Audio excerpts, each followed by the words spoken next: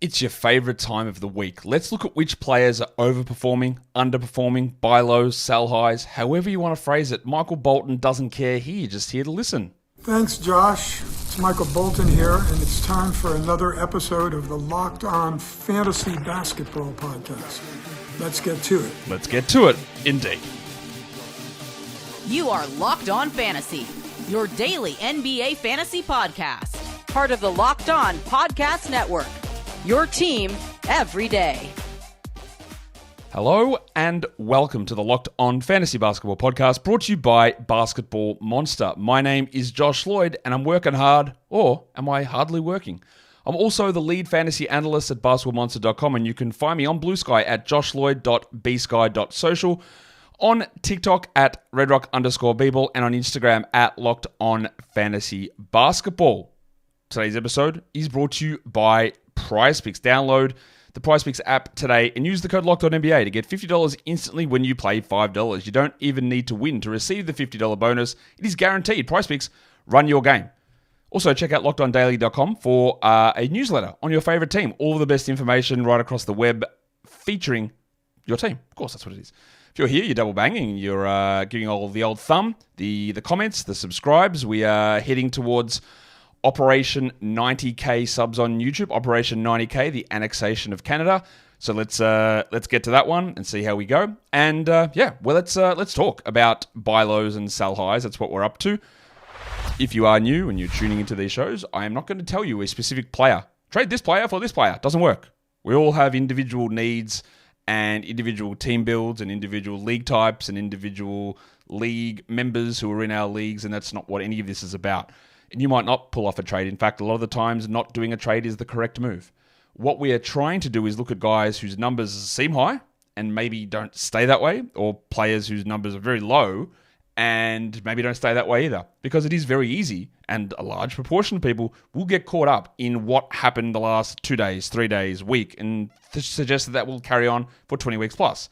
And whether that involves or results in getting a trade done, or it just enables you to maybe put in perspective a struggle that you had this week, or a player that do I drop this guy? What do I do here? What do I do here? That sort of stuff, where we look at stuff that is pretty likely going to change back over. It's not always going to happen. It's not always going to happen immediately as part of the STP LTG gang, the short-term pain, long-term gain. Sometimes you have to make a decision that doesn't change immediately, and it just takes that bit of time. And that's not always going to be easy to do. But that's what we're here to sort of look at. And in the process of full transparency, every time we do these, I look at 2-week samples of production. And then after we did the first lot of buy lows and sell highs, we let 2 weeks pass. And let's go back and check to see whether they worked out. Usually, we do okay on these. They're pretty good. I'm not going to lie. Well, I'll show you the numbers. The buy lows that we did the first show we did, they haven't been as good as... Well, in fact, a lot of them just haven't been very good at all. And players have really struggled. And we'll talk about that. Well, let's do it right now. Those are the 5 names that I had on the first buy low show. The first player I had on there was Jalen Brunson. When I did the show, he was 61st. In the 2 weeks since then, he's 63rd. So, while that's not like... It doesn't mean he's gotten worse by 2 spots, but that's negligible, right? It just means he hasn't actually improved, which is frustrating. His last game was really good, and we hope that that's a sign to move forward, but it's been frustrating for Brunson. So technically, I still think he is a buy low. Jamal Murray, well, he did improve. He still is not where he needs to be, but he was 95th. He went to 65th. That's good. That's a good jump up. That's an encouragement of the idea that what he was doing was really weird and really low, and he needs to get better, and he did. We'll see if it holds, but it's good. The Nick Claxton one, not so good. He was 122nd. He's now 129th since then, and he's injured with a back problem. So, yeah, I was not as high on Claxton as others. I was higher on Claxton than some people, sort of in the middle. Didn't think he was going to be that top 30-ish guy that he was 2 years ago. Had him in that 70 zone, around that area somewhere. And it hasn't worked out. His minutes are down. His block rate is nowhere near where it used to be. And now he's hurt. And I have significant concerns about where Claxton goes the rest of the season, because now the back injury and now a second ramp up has to come. And it's the net. I'm very, very worried. And I don't think Claxton's a drop. But honestly, it might end up that way. If you're going to sit outside the top 100 consistently with a back problem, then you are going to be a drop. I think Claxton still is better than this, but you don't have to give up anything to get him at the moment, I wouldn't think. Brandon Miller was a relatively easy one, and yes, he was sort of coming back off an injury, but again, it's trying to leverage the way that people can overreact in comments that I see. He was 184th. He's now 49th. I think 49th is probably a little high for Brandon Miller, and he is going to be better than that. But it's all about trying to take advantage of something that someone may have, not take advantage of someone, but take advantage of a knee-jerk reaction, take advantage of a panic situation. And the other one is D'Angelo Russell, which I didn't think that they would bench him. He was 135th. I said he's going to get better than this. Now he's way worse. 156th. That one's an L, very clearly. I don't know whether he stays on the bench. I am stubbornly holding him for a little bit more time, but I don't know what my actual time frame is on that. I might give it 2 weeks, I'd say, from today on D'Lo. And if he keeps as a 23 to 25 minute a night bench player, then yeah, I will drop him. And that'll turn out to be a massive L. Even though, I don't like him as a player, I did like his fantasy value. And those two things can be really separate, very obviously separate. I didn't think the Lakers would move into my, hey, maybe this guy's not very good camp as quickly as they did. And they have, and that was a misevaluation. We'll see where it changes. It's changed multiple times in the past, but at the moment, looking like an L on D'Angelo Russell. The sell highs, though, all cooked on all those ones. Really, really, really easy. I thought they were relatively easy, and there's still ways for this to change. DeMar DeRozan was 21st. He's 75th since. And he's now dealing with the back injury, which, again, doesn't have, it has a small impact on his ranking, but, again, we take the good and the bad because Claxton had a back injury and that makes it look worse, and this one makes it look better. Whatever. Vooch was 11th. Over the last 2 weeks, he's 39th. I still think he's going to get worse, but I know you don't want to hear that. It is going to be, I think that he's still shooting as the best mid-range shooter in the NBA and hitting 45% on threes, which I'm very sure aren't going to continue. So far, if you were able to sell Vooch for a top 20 guy, I think that's a W. And I still think it's a W. Jordan Poole was 6th. We didn't ever think he was going to be a top 10 player. He's 71st since then. So last game obviously hurt where he didn't really do much at all. I think 71's actually a little bit low for where Poole will finish. So this happens. The guys go back and forward all the time. I think Poole is around the 35 to 50 zone rest of season, which is obviously in between those two numbers. Brandon Ingram was 32nd. I said, guys are going to come back. He's not going to be as good. And then, of course, more guys got hurt in that time frame. But he did get worse, which is, I think, a really bad sign for where Ingram lasts long term. Because if those extra players go out and you're still not actually cooking, and he's good, don't get me wrong, 43rd is good, but you're going to have DeJounte and CJ and Herb all come back really soon, and Hawkins, less so interesting there, but Zion a little bit further away. I think Ingram's going to keep pushing down. So I would say that the fact that he's only 43rd the last 2 weeks is actually a really bad sign for Ingram's long-term value. And the other one was Naz Reid, who had some of the best shooting numbers you'd ever seen. He was 71st, and since then he's 157th. He will be better than 157th. It's like most of these, like Poole, like DeMar, who's gone the other side of this now. Not Ingram necessarily. The reality sits somewhere in the middle between those players. So that's our recap on that stuff. And now we'll come back and we'll talk about buy lows. We'll talk about sell highs. We'll talk about a couple of New York Knicks. We'll talk about a Washington Wizards player again. And we'll see how you go with those. But today's episode is brought to you by FanDuel Sportsbook. Get ready to tackle all the NFL action with FanDuel, America's #1 sportsbook. Right now, new customers can bet $5 and get $150 in bonus bets if you win. The FanDuel Sportsbook app gives you everything that you need to place live bets on the NFL all in one place. So in the middle of the game, if you get a hunch, well, you go in there, you check out the stats. They're all there. Same place that you place the bets. You could check out the play-by-play. Same place that you place all of your bets. All on that one screen. And that's so easy. So go to FanDuel.com to join today and get started with $150 in bonus bets if you win your first $5 bet. That is FanDuel.com. Never waste a hunch and make every moment more with FanDuel, an official sportsbook partner of the NFL. And don't forget to gamble responsibly.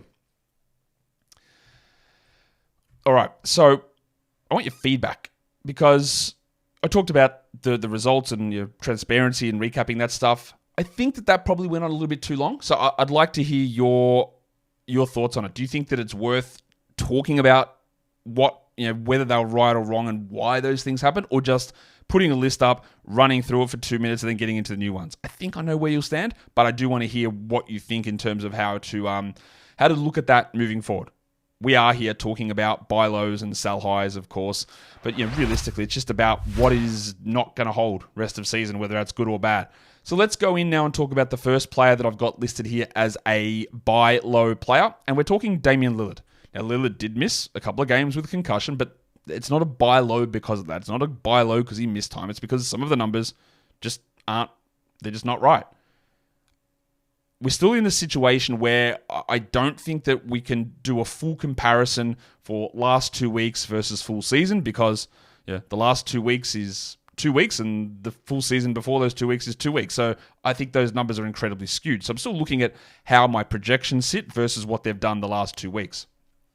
Lillard is 37th over the last 2 weeks. He's averaging 41 fantasy points. I think he's more of a 43 to 44 guy, and I think he's like a second round player. And what is different here? Well, he's hitting 17% of his threes. This is just the easy. If you want the shortcut on buy lows and sell highs, look at 3-point percentage. It's the easiest thing to look at. It fluctuates a lot, and it influences the most. So he's hitting 1.3 threes a game. That means his scoring is down. His three-pointers are down. His field goals are down. His 3-point percentage is down. And often, when you're shooting not as well, then your attempts drop a little bit as well. His true shooting's at 52. He hasn't blocked a single shot. You don't expect a block from him every game, but you might get a block a week. And in a week where 38 blocks, 39 blocks wins you the week, 1 or 2 from a player is important. It's not the driver here. The driver is he's not hitting threes. And instead of being a 3.2 threes made a game, he's at 1.3. And you add an extra 2 threes onto his scoring, and he's at 27 points per game. And bang, we're off and running, and he's a second-round player. It's really, really simple stuff. It's not about minutes. It's not about anything like that. It's about the shots not going in. It's as simple as this. Is Lillard a buy low? Like, theoretically, yes, but a buy low only exists in our minds, in the spatial realm. Now, of course, if you're a double platinum, titanium, triple onyx marble player, you might not be able to pull these off because every manager knows everything and they actually can predict the future as well. So that's a little bit harder to do, but it is always worth inquiring. It's always worth looking. It is always worth just seeing what you do. Now, you're not sending a second-round player to get Lillard. Can you send a third-round guy? Like a 25 to 29 type of a guy? Maybe, but maybe not. There is a big gap from where he is, 37th, versus where I think he's going to be, around 13th to 15th, around that zone. There's a big gap there. So see what you can do. And often trying to get these guys, it might require sending 2 lower-end sell-high players to try and get him. But it's all about negotiation. It's all about how that guy values him. And most of the time, it might not work. That's the way it goes. Trades don't always happen, and they don't have to happen. But it's always worth inquiring when this sort of stuff happens. The next side of things, we are actually going to New York, and we're going to talk about Mikal Bridges. And that it is possible for us to hold multiple thoughts in our head, and I do this with everything that I do. I was not big on drafting Mikal Bridges this season. I thought that where he was going at ADP was a bust. Didn't like it. He was going like 55, 54, hated it. Said, I don't like this, I am not drafting him here. But comments and decisions and fantasy moves and all sort of stuff, it's not a binary thing. I don't like Bridges at 55 doesn't mean that I think he is bad and that you should never touch him and that you don't want him and that I hate him and that he's useless. Doesn't mean any of that stuff. It means that at that spot, it didn't make sense to me. So now I look at what Mikal Bridges is doing, where he is 110th over the last 2 weeks and he's averaging under 30 fantasy points. And I think he's a 32 to 33 guy. And I think he's like a 70 to 85 category league ranked player. Like, well, he's clearly underperforming that. Look at what he's doing. He's hitting 1.6 threes a game. That's way low. He's not even averaging a steal a game. He's attempting, over the last 2 weeks, Mikal Bridges, 0.4 free throws. Now, I did a show last week talking about guys whose free throws were well down this season, and he's one of them. Now, he's hit every free throw he's taken over the last 2 weeks. The problem is what? He's taken 5? Like, he just hasn't gotten to the line at all. So that impacts your ability. Like, if he's a good free throw shooter, we know this as a general rule. He's an 82, 83 guy, let's say. But if you're not taking any of them, something that might be your second or third best fantasy category becomes your 5th because you're not doing anything. You're not actually influencing that category. And 0.4 free throws is an insane number. Pair that with the fact that he's hitting under 26% from 3 and he's only taking 6 threes a game. The argument for Mikal Bridges to be way better, it's very straightforward. He'll hit more threes. He'll hit more free throws. He will get more steals. He will attempt more threes. I don't think any of that's debatable. And it's been very disappointing for Bridges. So, could you get him for a top 100 player. Maybe. I said he's averaging 30 fantasy points. I think he's a 33 guy. And this is where trading in points leagues does become hard because the difference between a 70th guy and the 100th guy might be 4 fantasy points. And that's literally one made 3. That's all that is. That's, well, sorry, that's not true. In ESPN, it's actually less than that because it's 5 points for a made 3 in ESPN. But the difference there is so small. And trading in fantasy points leagues is a much tougher thing to do because there is no needs, there is no categorical, there is no win-win. There isn't. So that does become harder. But in category leagues, I think it's relatively obvious that Bridges is going to be able to do way more here and improve a lot from where we sit. I'm going to head again to another guy that I thought was a bust at ADP, and that's Keegan Murray. And if you took him in the 70s, yes, you have been disappointed, and that has been a bust. But that's okay, because he's going to be better than this. So if you've got him, and you think, I made a terrible decision, and a couple of the names that I'm bringing up, he's one of them. People have already said to me, I'm dropping him. Okay, I get it. I don't think I would do it. And maybe if it persists like this, you do, but I don't think that we need to drop him. And that's, I think, half of the idea of these shows is like just, if you've got a buy low guy, just don't panic on it. Like, just pull it back somewhat. And it's about like who can you go and acquire, but it's if you've got the players, it's like, hey, let's just settle down a bit here and maybe not worry as much. Murray's 140th over the last 2 weeks. He's averaging under 26 fantasy points. I think he's like a 31 fantasy point guy in the 80 to 100 zone for category leagues. So what's going on here? Even with players out, and in the past when players have been out, he's really ramped his usage up. He's doing nothing. He's averaging 11 points. And I had worries about Keegan and when would he ever touch the ball with DeRozan and Fox and Sabonis there, and that has largely played out, but it's somehow way worse. He's averaging half a steal, half a block, under 1 free throw a game. He's at 30% from 3. He was a 40% guy as a rookie, and then that dropped down, and it's dropped down even further. He's at 51 true shooting. He's hitting 1.6 threes a game. The rebounds are good. That's fine. That's literally the only good thing that he's doing. That's not true. 86% from the line is good. But it is very obvious that this is a very, very cold slump, and he won't be a 30% shooter. He won't average under a free throw. He's going to get to, he could double those free throws and still be really low and get to 2 attempts per game. He's at half a steal and half a block. Why can't that be 1.3 steals and 0.8 blocks? And why can't he be a 14-point scorer with 2.2 threes? This is really obvious stuff, I think. And again, it's one of those ones where people might drop Keegan Murray. And you shouldn't. And if you do, I would add him. But the value is in the gutter. Because this is the time when he should have had the opportunity. And we could easily have been talking about Keegan Murray as a sell-high player because he could have turned extra opportunity and then paired it with incredibly hot shooting and been a top 30 guy for a couple of weeks, and people would have gone, yep, see, I knew it, 30-year leap. But he hasn't. He's done the opposite. He's shrunk into his shell despite no one being there. So, yeah, I am very, very confident that is a buy low. But you know what? It might not be. Maybe he's bad. He's not. Another guy that I thought there were some ridiculous rankings of. ESPN had Jalen Green as the 36th ranked player heading into this season. Made no sense to me. Didn't get it. And then he started out the season absolutely red hot. And now he's turned back into Jalen Green. Over the last 2 weeks, Green's 109th. I think he's around 75 to 90 in category leagues. I think he's a 33 to 35 fantasy point guy, but he's averaging only 27 fantasy points over the last 2 weeks. He's averaging 17 real-life points a game. So how's that happening? Oh, there you go. Look at that. What a shock. 28 from 3. Oh, he's not a knockdown shooter. He's not a 40% guy, but he could easily be 10 percentage points better than that. And then he's only taking 7.3 threes a game. I think that can come up. His free throw numbers are down. He's at 3 a game. He's at only 2.4 assists per game and only 17 points per game.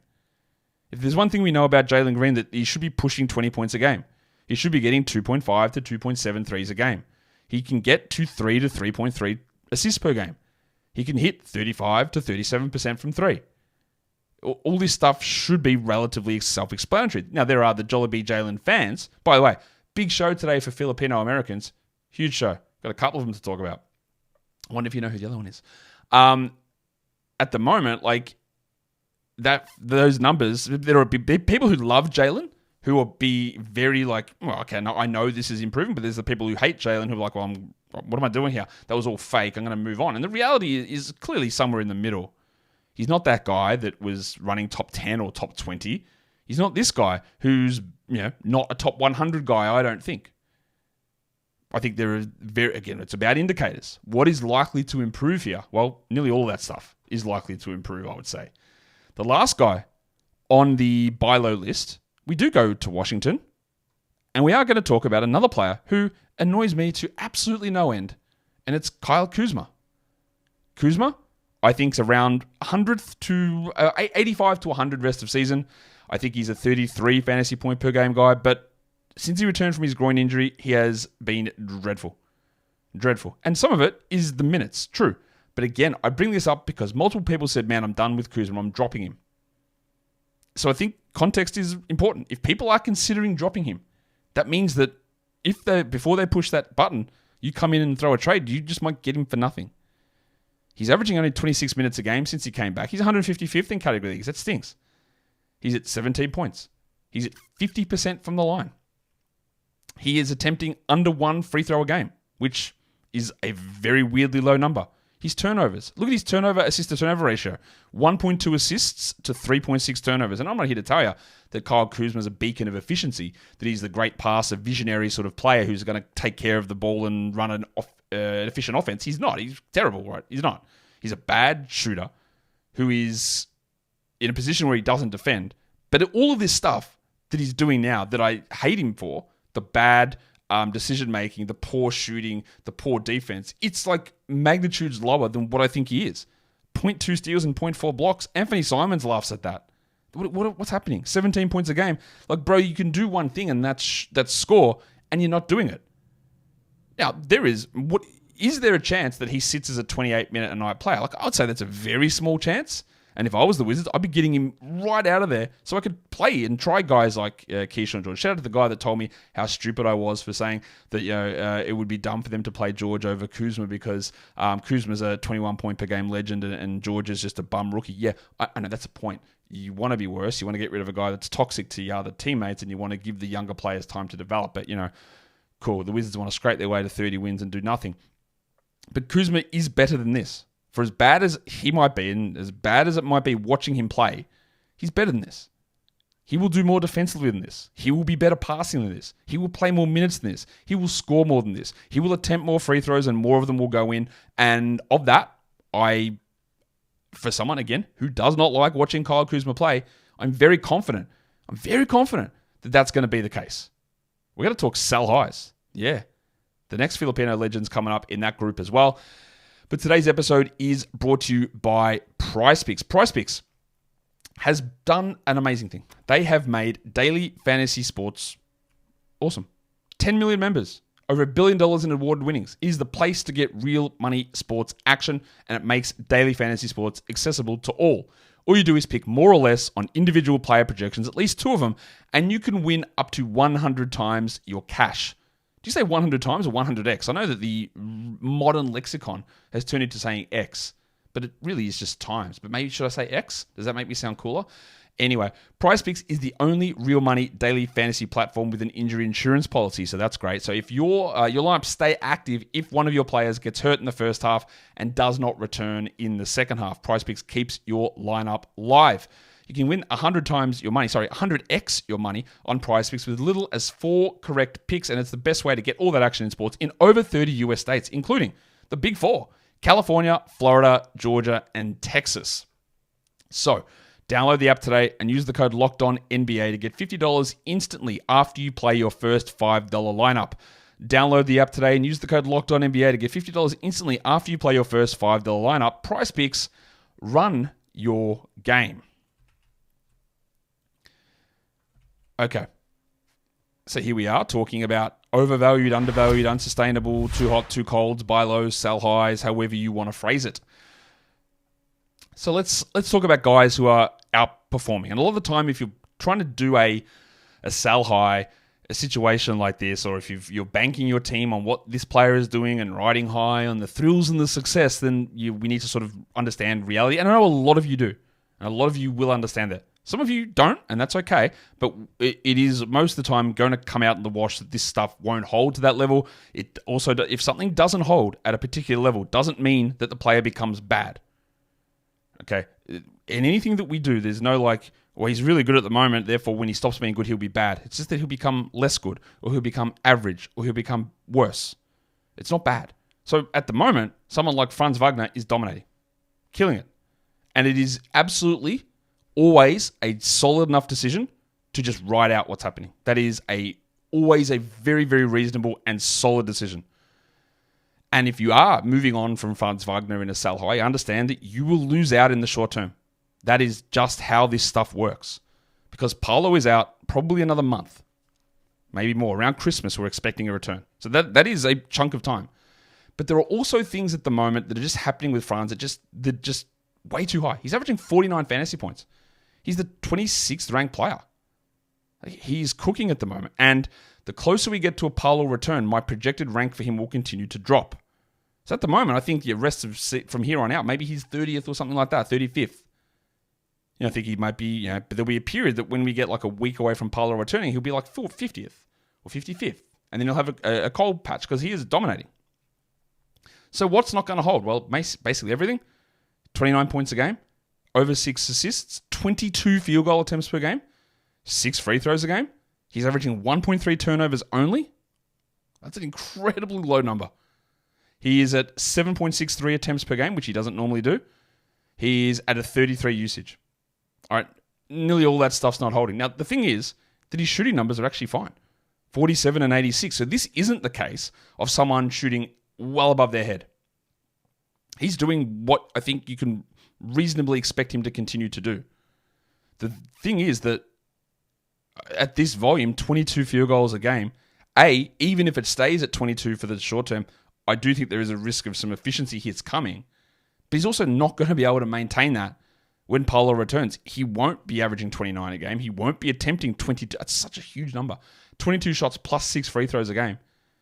So that's, because you don't do it as halving that. So let's say that's 24 shooting possessions, 26 shooting possessions. About 26 shooting possessions that is a game. That's a lot, man. 26 shooting possessions out of a game that's normally about 100 possessions. That's a lot that we're getting out of him.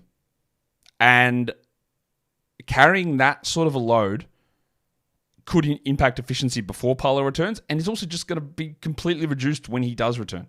But again, you would have to take a hit in the short term because he could keep this up for 3 weeks, 4 weeks. It's just that volume has absolutely no shot, I don't think, of being a thing that when you get to January that he's doing. And he'll still be very good. He'll be in the 50s, probably. He'll be averaging 37 fantasy points, 36 fantasy points, and that's still really good. But that volume there is just a really tough thing to hold. I don't like to put this one on here because, of course, you drafted Dyson Daniels in round 10, 11. Maybe you got him off the waiver wire. And whatever you're getting now is basically, it's free money. And that's true. So in the large proportion of cases, you just go, man, this is so good. I love it. Let's hold it and deal with it. And we get what we get. But I have heard some people go, man, look what's going to happen. Bogdanovic is going to take his starting spot. No, that's not going to happen, right? So I settle you down a little bit on that part of it. But there are a lot of things that he is doing at the moment. Just they don't feel real or have the ability to sustain at this level. He's averaging 44 fantasy points over the last 2 weeks. He's the 20th ranked category player. I actually do think that a top 50 category league finish is possible for Dyson. I've got him at about 33 fantasy points the rest of the season. But look at this. Look at this shit. 4.4 steals and 1.4 blocks over the last 2 weeks. And one of the things that I talk about a lot in the off season is that you can be unbelievably good at steals. And that number might still halve, and he still might lead the league. I don't think he's at 2.2 steals. I actually think he's going to be higher than that. But 4.4 is an outrageous number. And I think he's only got 2 steals over his last 2 games as well. 1.4 blocks is also an outrageous number. What if he settles in at 1, which is still very good, or 1.1? It's still a sizable difference. But the next thing is the thing that's probably even less likely to hold, and that's 16 field goal attempts per game. Yes, Jalen Johnson missed the last game, and Bogdanovic is out, and Hunter's been out. But they're all back. I think Johnson's back. I don't think it's a long-term thing. So these field goal attempts, these 2-point attempts, and the fact that all of a sudden he's hitting his free throws at a higher rate, when I think he's probably a mid-60s guy. He's at 73 over the last 2 weeks. I love Dyson, but 17 points with a combined 5.8 steals and blocks has just no basis in reality. So it's probably a really hard deal to pull off, and you probably can't do it. I'm just going to go look at the old trade market over on Yahoo to see if anyone's actually done anything with it. Have they been able to pull off any deals? Well, there's been a lot of trades involving Dyson Daniels. Let me have a look at some of the trades that have happened. Dyson Daniels straight up for Tyler Hero. That's an interesting one. I actually don't know that I do that. Dyson Daniels and Jimmy Butler for Damian Lillard. That's intriguing. Not sure I'd do that. But that's really not a buy low there on Lillard. Another one of Daniels for Hero. Here's one that's interesting. Dyson Daniels and Keontae George for Kyrie Irving. That's got to be a dynasty trade. Dyson Daniels straight up for Derek White. Interesting. Dyson Daniels and Jarrett Allen for Tyrese Maxey. Probably want the Daniels side of that. So there are a lot of trades that have gone down, but I'm not sure that people are valuing him the correct way. Daniels and Halliburton for Shea and Cam Thomas. Now that's a very good trade. That is capitalizing on Dyson Daniels. So I think Daniels can be a top 50-ish sort of a player. I think he can average 2.5 plus steals. But I think what he's doing at the moment is destined to cool. And yeah, as simple as that. We'll go back to New York. First of all, we talked about Mikal Bridges underperforming, and I think that Josh Hart is overperforming at the moment. He's averaging 36 fantasy points. He's the 42nd ranked player over the last 2 weeks. He's not doing it through scoring. He's averaging 13 points a game. I think 70 to 90 is about the right spot. When everything started at the start of the draft season, I was very skeptical on Josh Hart because I didn't think he'd play 40 minutes a night because the Knicks actually had some depth. And then they got injuries, and then they traded away more depth. And that meant that Hart had to be a starter, and his minutes went up, and we readjusted, and he became, I thought, a really solid pick around 100-ish. But he's been way ahead of that. There are a couple of things here that, to me, feel just not likely to stick. 7.1 assists is obviously a crazy high number, and maybe that does hold. Maybe he is able to be that guy. I think maybe 5.5 is a realistic number. 7.1 seems high, but he's also hitting 92% of his free throws, 62% of his shots overall, 39% of his threes, and 78% of his twos, for a true shooting of 73%. If there's one thing we know about Josh Hart, that he's definitely one of the most efficient shooters in the NBA. That's what he's known for all the time. So it's been great. I'm not debating the rebounds. The assists might even hold. He's at 9 rebounds and 7 assists over the last 2 weeks. That can easily hold. His steals can easily come up. He's at 0.6. That's a very low number. But those shooting numbers for Hart they're just outrageously good. And that's just not who the man is. His free throws last season, 79 and 75 and 76 and 77 and 74 and 69 giggity. All right, and now rolling the last 2 weeks at 92. I'm a little skeptical. His rim finishing numbers, giggity, 64, 68, 67, 61, 66, 61. This season, 79. His mid-range shooting, 30, 35, 41, 50, 33, 24. This season, 65.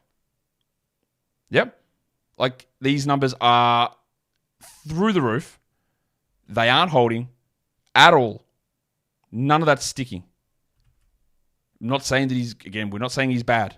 Could he maintain true shooting over 60? Yes. 73? No. And that is going to drop him from 40th, maybe to 70th, maybe further. There is going to be a cold spell where he doesn't hit 65% of his mid-ranges. There's going to be a period where he doesn't go 87% from the line. Because why would we expect that to just become the thing when he's never been remotely close to it? So is going to be regression city to a degree. This next one I put up here because there are going to be some changes to the Pacers, and there are a few things that Benedict Mathurin is doing that I just have a level of skepticism about. But I'll be honest with you, I was way more skeptical. I was actually high on him at the start of last season as a guy that I thought they would start and he'd be able to be a real nice late round pick for free throw percentage and impact there. And it didn't happen. He was terrible. This season, I was like, I'm not sure. Can he do anything apart from score? And the answer is apparently yes. Now, it did take a few things to happen here. Nembhard and Nesmith both hurt. Mathurin pushed up, and he's cooking at the moment. He is 33rd over the last week. He's averaging 37 fantasy points. I think 30 fantasy points is my prediction at the moment, but that could actually jump up. Like if he's a 33 or 34 guy, I don't think that's a crazy number. If he was the 100th best fantasy player, I think he's 120, 140 range. If he's the 100th best, I think it's okay. One thing that's really standing out to me is why is he a rebounding demon now? He's at 8.3 rebounds per game. That has never been his thing. And I don't know what has changed. I'll say part of it is there's no centers there, but that doesn't matter because he plays with the starters anyway. And Miles Turner's always been that player that's been there. So I don't really know what's going on with that. But he's also pairing this by shooting. Again, this is the one. You can argue any of this other stuff if you want. Maybe the rebound stick. And I think there's a chance it could. He's a steal per game. He's never been that sort of a player in the past at all. 22 points, 23 points per game. Yep, okay, maybe, but also don't think so. But he's shooting 53% on threes. And that just has no way of holding. There's no way. He shot from three last season, 37%. He was 32 as a rookie. He's at 46 over the entirety of this season and 54% from the field and 53% from three over the last 2 weeks. So you're talking maybe a 15 percentage point drop, which of course means the 2.3 threes per game fall, which of course means the 23 points per game comes down to 20. And then if the rebounds go down to 6, then you're talking about a guy that then falls to the 80th best player. And then does he lose any minutes over this time frame when those other players return? I honestly don't know if any of that happens. But there is one thing there at least that is very clearly, obviously, not going to stick.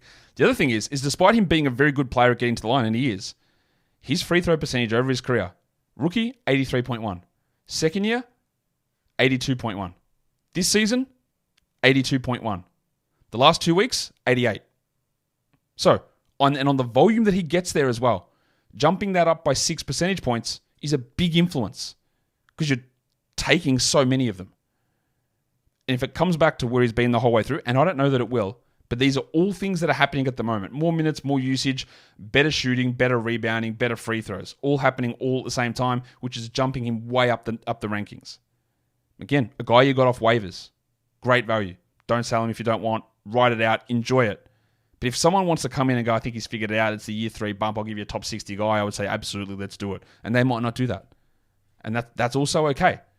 I wouldn't be proactively trying to sell off at him. And that's with a lot of these. I don't think I'd be like, man, hey, you want Ben Mathurin? Hey, you want Ben Mathurin? It's all about listening if someone comes to you. It's all about just gauging what happens. To me, that's what it's about. Like I see here, some trades in the Yahoo marketplace. Mathurin and Aldama for Jarrett Allen. Like, cool. Ben Mathurin straight up for Derek White. Okay, W.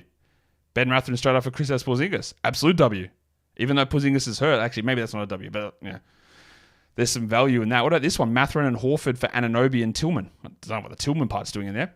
But then there's like stupid ones like Ben Mathurin for Jabari Smith. All right. I don't know who fleeced there. I do know who fleeced. But yeah, so there are abilities to get these things. You don't have to be super proactive about it, but it's about understanding what's not going to hold. And now we get to the other Filipino legend, Jared McCain. And the reason I bring up Jared McCain as a sell high is because, again, it's sentiment. The Rookie of the Year favorite, already been proclaimed a star by people without any sort of tongue-in-cheek at all. This guy's awesome. He's going to do all these things. And there's no doubt that Jared McCain has been great. And he's surpassed any of my expectations. But I need to see what happens when Joel Embiid doesn't have 19 usage or when Tyrese Maxey plays before we feel any confidence in this. And that is all saying, well, like he's got a 29 usage. He hasn't missed a single free throw over the last 2 weeks. He's hitting almost 4 threes at 43%. It's really just, it's not a likely thing for any player to hit 43%, let alone an undersized rookie. And he could hover at 39.6 and that's okay. And it's still a drop. 63 true shooting is just not a number that a rookie does. 8.6 threes a game, not a number. 29 usage, very hard to do. He's also at 3.7 assists, which I think is actually probably a little bit high as well. I do think he'll keep starting. He's the 52nd ranked player over the last 2 weeks. I think he's a 12-team league guy now, and I didn't think that in the past. I saw him getting minutes. I went, deeper leagues, you're going to want to look at this because he is getting 20 a night and we're interested. And then someone else went down. I said, maybe we take a look. And then it's just blown up out of nowhere. And sometimes that is what I'm trying to say. That's where you can take the advantage. But you don't trade him for a fringe player. You see if someone's overly enamored and they think that he's the best guy here And he's the guy they're gonna lean into that, and George and Embiid are always going to be out, which is possible. But even if they are always out, it's unlikely that he doesn't miss a free throw. It's unlikely that he hits 43% from three every game. And it's also probably unlikely that he gets 4.5 assists. Maybe that's not. Maybe that is possible. But I just think there is a lot that Jared McCain is doing at the moment that you look at and go, well, it's going to come back. And you might say that's obvious it's going to come back. And that's fine. I agree it's obvious. But it's not obvious to everybody. And if you think it's obvious, that doesn't mean, if you've got McCain, that doesn't mean that the other people in your league necessarily view it that way. Because I'll assure you that in your league, there'll be something that happens where you go, what is this? Why would you do that move? Because people value people differently. People see something sticking that may not stick, or people don't think something sticks that does stick. And it's all about you trying to balance your thoughts versus theirs, and you'll be wrong, and they'll be wrong at times, and that's how it all happens. So, yeah, they're the guys that I'm looking at for this 2-week period. Let me know. There are other guys you can chuck in there. Yucca Pirtle. You see a bit of a sell high? Probably. Yeah. Probably is. Is Tyrese Halliburton still a bit of a buy low? Yep. Probably is. But can't put everyone on these shows. I can run through some of the other names that actually appeared on my list that I didn't talk about today. Like, there are guys like Miles Turner, but I don't want to put him as a buy low because he just missed the last game. Desmond Bain still coming back from injury. I think he's going to be better. The injured guys like Emmanuel Quickly you can get for basically nothing at the moment. Tyrese Maxey similarly, who's going to return in the next game, I'm guessing. Trey Murphy's minutes are still ramping up. I think there's a bit of a buy low on him. Same with like a Terry Rozier, who's obviously hurt at the moment. I think he's going to be able to be better than that. And then on the sell highs, do we look at John Collins? But obviously he's doing ridiculous stuff. Is that something that's real? I don't know. Is Tari Eason a sell high? I guess it depends, but maybe we could look at him that way. Kobe White, another name that pops up there as maybe a sell high too. But that's okay. You don't have to execute all of these ones. So what you do have to do, though, is you have to go and hit the thumb and subscribe and all that stuff on this video. Hit it down below and let me know your thoughts down in the comments. Guys, we are done here. Thank you so much for listening, everyone. See ya.